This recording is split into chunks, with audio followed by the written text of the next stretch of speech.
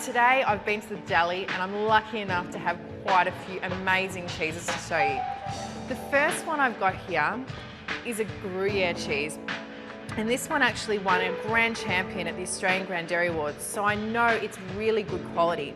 It's really amazing what they do. They actually wash the rind with this special brine which gives that cheese such great flavour. So that's one of my favourites and I'm using that one today. But I'm actually just going to cut a small amount off of my cheese platter. Ah, gorgeous piece.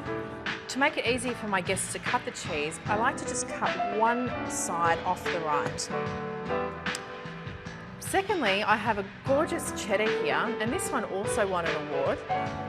It's actually a cheddar style cheese called Double Gloucester, and you can see it's got this natural, beautiful orange colour, and that comes from the natural colouring which they put in the cheese. And it's very traditional English style. This was actually made in Tasmania by a fantastic cheesemaker.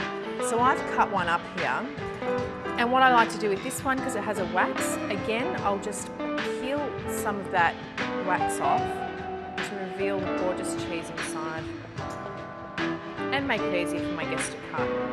Oh, look at the texture, that's gorgeous. The third cheese I wanted to use today is one of my favourites. This is an absolutely gorgeous brie from the Barossa Valley. And I'm lucky enough to have a whole wheel that I bought from the deli. Oh, that looks incredible.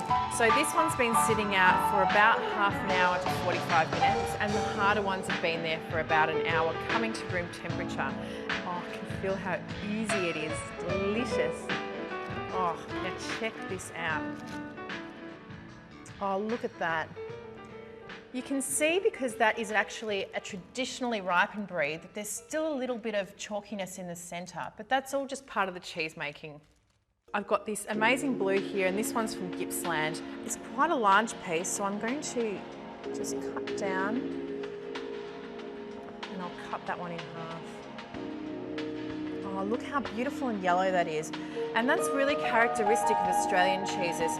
You'll notice Australian cheeses, because the cows are usually fed on pastures, they've got a gorgeous rich yellowness to them, whereas the European ones tend to be a lot more of a flat white colour.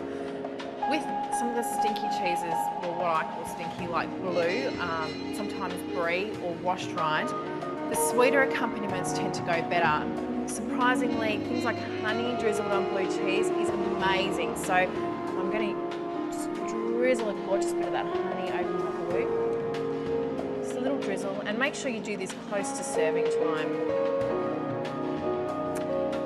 Then I actually have some fantastic figs here, which one of my Greek friends brought around to me fresh from her tree yesterday. So I'll just tear one of those open. It doesn't need to be perfect, just on the platter like that. If you're lucky enough to have figs, use those. Otherwise, things like cherries can be great when they're in season. And the other tip I have for this is, you know, get some really decorative crackers and just put a few on the platter. I don't like to put piles and piles of things on, just for decoration, and then put the rest in a bowl on the side. The harder cheeses tend to go with saltier, more pickled accompaniments. These are bread and butter cucumbers, and they're actually my favourite with cheddar. I always like to put things like wet accompaniments in just a small container, just to hold all the juices. And to suggest to guests that perhaps they should pick strawberries with the brie, I usually like to just pick strawberries. Now we're still looking a little bit bare, so perhaps I'll just sprinkle some nuts on. Sometimes I like to just not have the nuts in a bowl, just free form next to the cheese. I know they go everywhere, but that's just natural. That's the way I like it, very natural. And I think as well, we've got some gorgeous little water cracker biscuits here. And I'm just going to put a little pile of them in the centre. Just a suggestion. Again, don't put too many fanned out around the platter or anything like that. I'm thinking that looks pretty good. Now it's time for the finishing touches, which is, of course, the knives. But the one tip I have for you is please put a different knife for every cheese on the platter.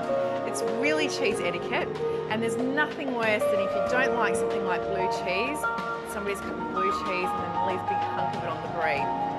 So it's always nice to have a different knife for every cheese. If you don't have 3 cheese knives at home, just use a butter knife for something like a brie, or a pâté knife. It'll work beautifully.